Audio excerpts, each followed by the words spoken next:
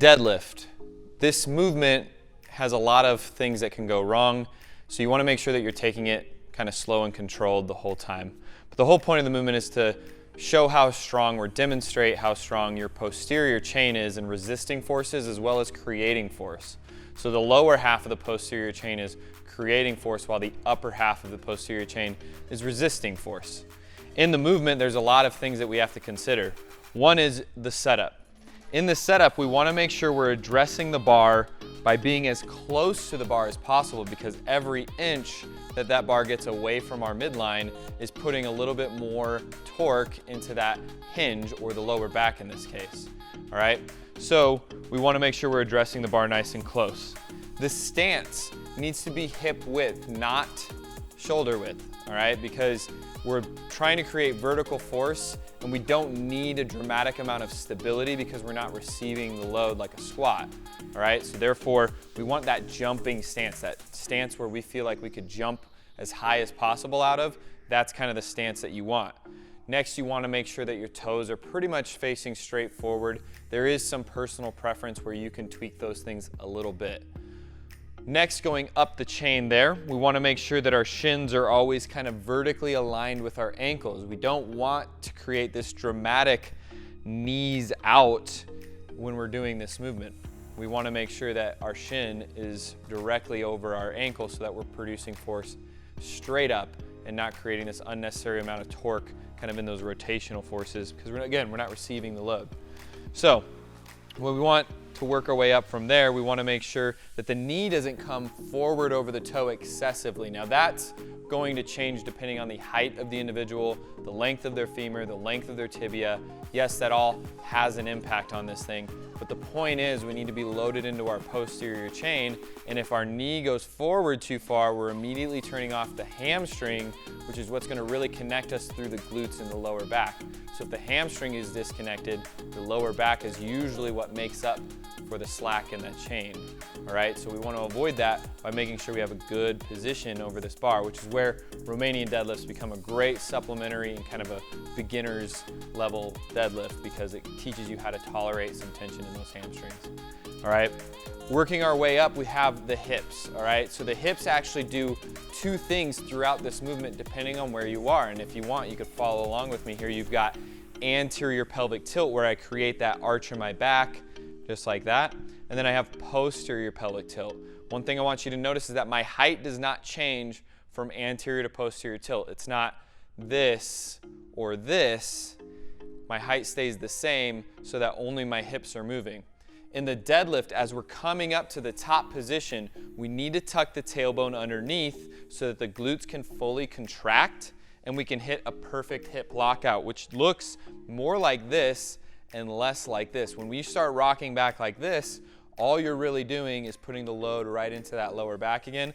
But also we got to look at the shoulder position here. Sometimes people roll their shoulders back, and your shoulders should never really change. They're resisting load. They're not creating force or anything like that. So really make sure that your shoulder position is just static and you're just holding them there using muscular tension. All right, this takes a lot of practice and repetition to do correctly. But keep in mind that as you're coming up to that top position, you're tucking the tailbone underneath. Now, as you're lowering, you're actually going to tuck the tailbone the opposite way so that you maintain that neutral spine. Right? A mistake that some people make is if they're so focused on tucking the tailbone underneath, well, if you maintain that during this deadlift, you tend to round through that lower back, right? So we want to make sure that we're strong in both those hip positions through the movement in the correct phase of the movement, right? So let's go over it in real time a little bit.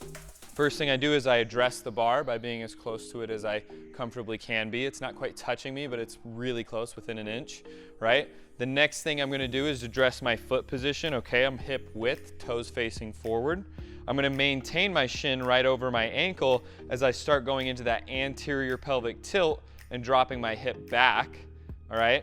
So I have this flat spine, barely any bend in the knee. Now, as I bend my knees, I don't want them to come shooting over my toes, so I'm just going to compress down, right? So you can see me compressing and not necessarily just pushing those hips forward. And a good way to tell is if you got here, your torso's now over that bar. If when you get down to that bottom position, your torso is no longer over the bar because you're like this, then there's a good chance that you've dropped your hip, or in most cases, most people are just pushing their knees forward like so, okay? We want to avoid that, all right? Then we go in, now there's some times where you would actually want to sit back, but that's like totally sport specific, so we're gonna ignore that right now. We grab the bar, we set the shoulders, we have our back already set because we're in the anterior pelvic tilt. We're bracing, but we're breathing, okay? So when I say breathing, this is where you actually start to exhale. So I'm gonna push air out, but I'm gonna not let it all come out. So it's like coming through a straw. I'm pushing to that top position where now I've tucked my tailbone underneath. All right, I can re-grab my breath here because I'm under the least amount of load. And if you're looking at my shoulders, they are not squeezing back like this, all right, creating an arch on my lower back, an excessive thoracic extension, none of that stuff, okay? So we're here, and now I'm gonna anterior pelvic tilt as I tilt over that bar, compress, back up. Compress. Main thing here is I'm trying to keep that bar going in a straight path, which is why all those things are so important. If I'm not pushing my hips back, drawing my knees out of the path of the bar, then the bar is gonna have to go around either on the way up or on the way down. So I need to make sure my hip is back far enough that my knees are back behind my shins so that the bar can come straight up. Right after it passes my shins, or excuse me, my knees, hips and knees need to make sure they match the rate of extension. So that by the time that my hips hit extension, my knees also hit extension in that same exact moment. It's a very complicated movement, but once you've done enough repetition with enough intention, it becomes subconscious. You're able to do it for faster reps, higher loads.